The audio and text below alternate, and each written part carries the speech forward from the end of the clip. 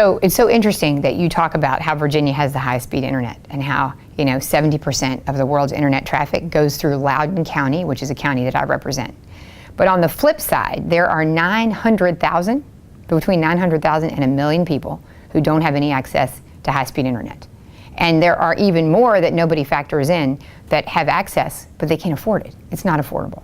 So whether I'm talking to my local governments or my local school systems, my boards of supervisors, my school superintendents, or local business, or even people who live in the community where I live who just simply want to telework, none of that happens. Everybody features this as the #1 biggest issue. And it's so interesting because when you go and you sit down before a session and you think that people are going to give you their legislative priorities, I'm always surprised to see broadband, not for me, because it's a huge issue for our family where I live, but to see it listed consistently #1 among every business group, education group, everybody.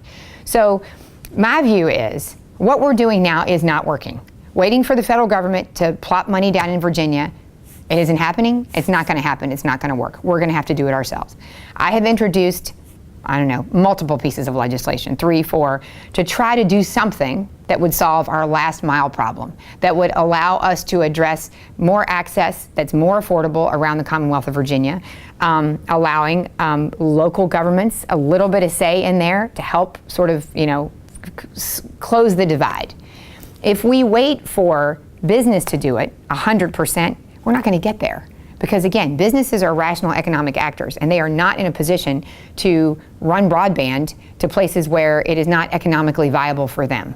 So we just have to agree that that's the situation and then agree that we are prepared to come up with ways to make money available perhaps to localities, that they could access resources to invest on their own. I think we are doing Virginia a huge disservice if we don't focus on that. And we can't talk about business climate or being committed to improving our business climate if we're not talking about broadband and meaning it. Not just talking about it, but actually meaning it and making money available. So I'm in favor of making resources available, 100%.